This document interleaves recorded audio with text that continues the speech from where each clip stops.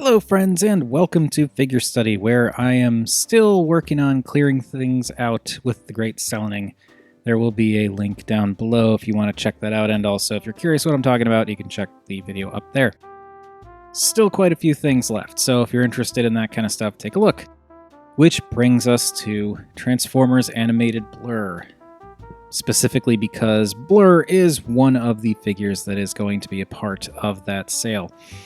Not because I don't like him. I want to get that out of the way up front. It's just, trying to make room and get some funds coming in and had to decide what I wanted to keep versus what I felt I needed to get rid of in order to keep what I wanted to keep. So Blurr ended up on the chopping block, but he's still really cool. I mean, this vehicle mode alone is awesome. I love this vehicle mode. It's like this real-world concept car version of something that you should actually be seeing in Tron. I love the hollow wheels in the back, the light blue around the rims on both types of wheels. It's just really nice. It almost makes it look like it's glowing. Also, down at the bottom there, the contours of this car are fantastic, too.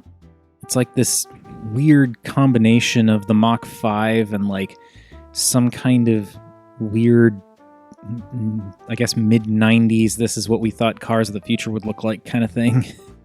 Like these little spears coming out of the front here. They're not actually spears, but like these little pontoon things with the translucent blue headlights, which admittedly they could be a different color to stand out a little bit better from the light blue here, but it's not terrible. You got the light blue lines going through the hood and the roof of the vehicle mode as well, which also cool in theory, because like if we assume that this is like glowing stuff that's all this color, then that would be like glowing lines going through the car, and that's cool. But it's kind of close to the shade of blue that the rest of the car is, so it kind of blends in a little bit. Still not terrible, but it just blends a bit. I like this dark blue that they have in the front, though. That contrasts really nicely with the light blue. And you've also got I guess that's the Elite Guard logo? I don't know. I haven't watched Animated in so long. I only watched like 3 episodes, I think. But still, it does look cool. I love the look of this car. I love the way it's got like points at both ends, like separated points, and the taillights up there, and very visible head from the back. Yeah, the void in the back is a bit of a shame. It would have been nice if stuff could come down to cover that up a little bit better, but it's not terrible. And I really like the layered effect that's going on here. Just like the 2-tiered dark blue bits. And his little spring-loaded buzzsaw thing does work, but it's an old toy, so it doesn't hold up all that well. So we'll just tuck that away where it can't be a problem. I also have to say I really like what they did with the windows here, because this seems to be like a dark, shiny black plastic. And I love how that looks, because it's so nice and dark and shiny, and it works so well as windows. I wish more Transformers figures did this for windows, because this looks great. It contrasts with the lighter colors on the rest of the car really, really nicely. It's shiny, so it contrasts with the matte really nicely.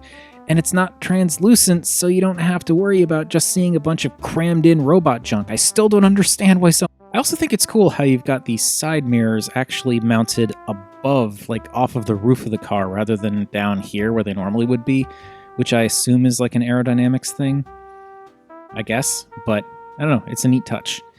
Also, with like the multi-level thing, I like this little cut here. It kind of follows the line of the hood into that edge there, and if you're looking at it from this angle, it just adds this nice little 2-tiered layered effect. It's a neat car. This is such a neat looking car mode. I'm going to convince myself to keep this thing by recording this video, I swear. And then of course you've got robot underneath. I do think it's interesting though how it looks super obvious where the robot is in this vehicle mode, because you've got torso, head obviously, and then you've got limbs along here. But even though it looks super obvious, this is actually a much more involved transformation than you might think if you're not familiar with it. And I appreciate that too. But yeah, let me just say one more time, this car mode is awesome. It looks so great. Granted, it's not the only awesome looking car mode that, that I've got vehicles for. There are several actually. Yeah, I will do a video on Downshift on his own at some point, because he is also a great-looking muscle car, but like Blurr's car mode looks so sleek and nice. And as you might expect for something that's supposed to be like a sleek little, probably two-seater, it is actually fairly small mass-wise, bulk-wise in comparison to Downshift. But then Downshift is supposed to be a muscle car, so I think that works. I think they're not aesthetically the same, but if you look at this as a concept car, they could kind of still exist in the same universe and to roughly the same scale, I guess. All right, enough falling all over myself about this vehicle mode. There is a robot mode that we need to look at, but yeah, this is so cool. I really, really like this car mode. But yeah, on to the robot.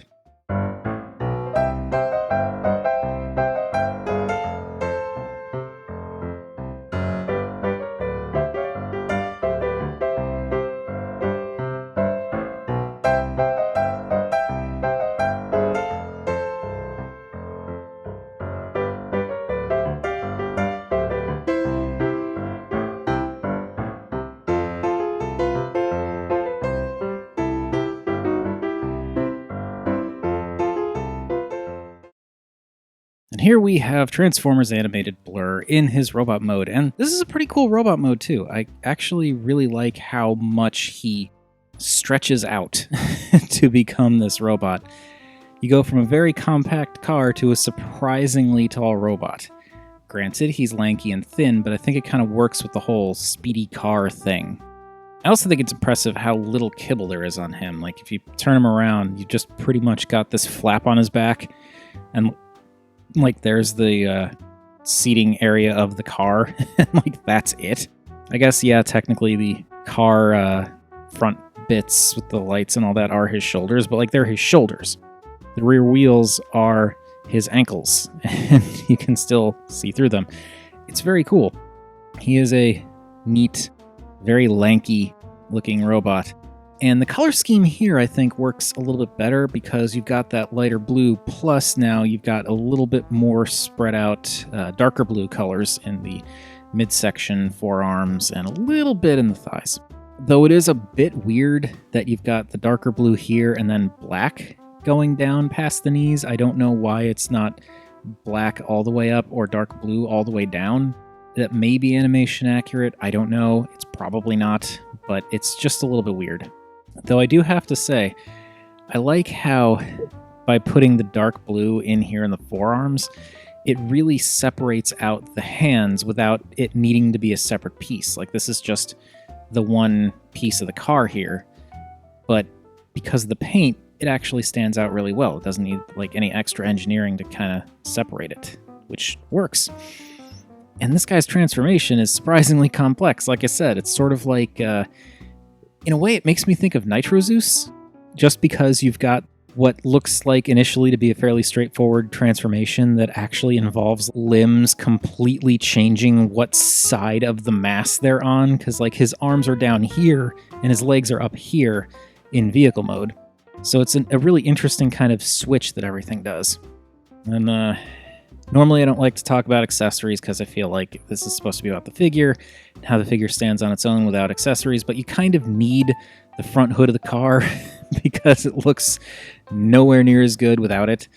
And it's like a buzzsaw shield thing, which you can kind of plug on his arm, and I don't really like how that breaks up the sleek look of the figure that much. It just kind of, I don't really like that. It's not terrible. I feel like, putting him in action poses, it'll work just fine. But if he's just going to be standing there, I prefer to fold it up, and got peg holes back here that these two little pegs here will peg into, so you can just affix it to his back. And that gets it out of the way, and it doesn't really mess with his silhouette at all. Like, it's back there, but it's, for the most part, pretty well covered up, and when you turn him around, it doesn't really add that much to him kibble-wise, so I am okay with that. And that is where that will stay. So in terms of the detailing, there's really no new detail if you're looking at him from the side. It's all car. all car all along the side there. But I still really like how the ankles and by extension those rear wheels are these like hollow rim tire things. And I also think it's cool how the rear taillights and rear fender bits, if that's what they are, unfold to make these really strange, almost healed feet. As for the actual details that are new, it's robot stuff that's kind of molded on the inside of the car bits and painted, and that paint goes a long way to making it stand out. Or in the case of his knees, the lack of paint. But it's animated, so there's not a whole lot in terms of texture for most of it. There's a little bit here and there, like these lines going through the forearms. The little pattern is midsection there, and I like the alternation between the black and the dark blue. It's not like it's similar-ish in shade, so it's kind of hard to see under certain lighting conditions, but it works, and it stands out enough in sunlight. And the Elite Guard, I think, Autobot logo on the chest there, which is nice, and is also slightly raised, which is double nice. And that black on the chest, it's a nondescript detail that doesn't really do anything, but I really like how it breaks up what could have just been a huge mass of light blue as you get up to the head. I feel like maybe this could have been dark blue to tie in more with the midsection there, but I don't know how accurate that would be, so that's me just spitballing. As for the head, it's this kind of strange conical shape, but it kind of works because it kind of goes with the shape of the car because he's got the pointy bits, and it kind of denotes speed the way it's swept back a little bit. And he's also got that fin. There you go, you can kind of see it, that fin going up on his head there. The face is not particularly detailed. I don't know how blur that face is, but it looks good, and I like that he's got the little chin beard thing. I always like it when they homage my facial hair. Blurr is a good-looking robot, a fantastic-looking car, but definitely a good-looking robot, too. And as I said before, I think it's really impressive how he gets surprisingly large given how compact his vehicle mode is. As is very apparent when I put him next to Downshift, because, you've got... This vehicle was significantly larger... not significantly, but, it was noticeably larger in vehicle mode than Blurr, but, now... He's bulkier for sure, but he's also so much smaller. Blurr, as I said, he stretches out and uses his car mass really nicely to make this very cool, scrawny, lithe-looking robot. And I think it's also worth mentioning another thing that's kind of fun with Blurr is the fact that not only does the head work with the whole speed vibe and kind of mirror some of the angles you see in the car, but it's right here you get it too, because you've got the 2 points coming up on the shoulders and the 1 point in the middle, giving him this almost trident look. Animated Blurr is very cool. I definitely think this is a cool figure. I always love it when you get a deceptively large robot out of a deceptively tiny vehicle. Kind of like Transformers Prime Bulkhead, where it's just where did that come from? But it's really cool. I always get a kick out of that kind of stuff. And his transformation, it's more complicated than you think, but it's not ridiculous, and it ends up really clean, all things considered. Why do I want to get rid of this guy again? That's right, I don't actually want to, but, tough decisions and all that. But yeah, I very, very much like Transformers Animated Blurr. He is very cool. Very much worth it, I think, animated fan or not. I imagine being an animated fan does help. Generally speaking, I prefer the vehicle mode over the robot mode, but not because I think the robot mode is bad, just because I think the vehicle mode is that good. But that's enough of my rambling. What do you all think of Transformers Animated Blurr? Any of you out there who've actually seen animated? Are there things that this figure does that are blatantly inaccurate, or is it actually pretty close to being on model? Are there any of you out there who never wanted to bother getting anything with Transformers Animated? Would this affect your opinion on that at all? Any of you out there actually have a great affinity for Transformers Animated? And where do you stand on the hood buzzsaw? Do you prefer to keep it on his back so that it keeps the robot silhouette fairly clean, or do you like to keep it mounted to his wrist? Or I guess maybe you could plug it in his hand because you want to have him fighting something. Whatever your thoughts, feel free to chime in down below. I always enjoy hearing from you all.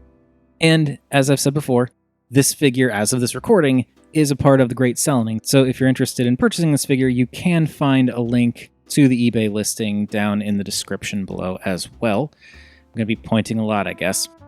Other than that, you may also feel free to like, subscribe, or if you're feeling generous, you can buy me a coffee. There will also be a link to that in the description down below. But yeah, that's going to do it. I kind of talked myself into a corner, so I'm just going to say, and remember, art is more than meets the eye.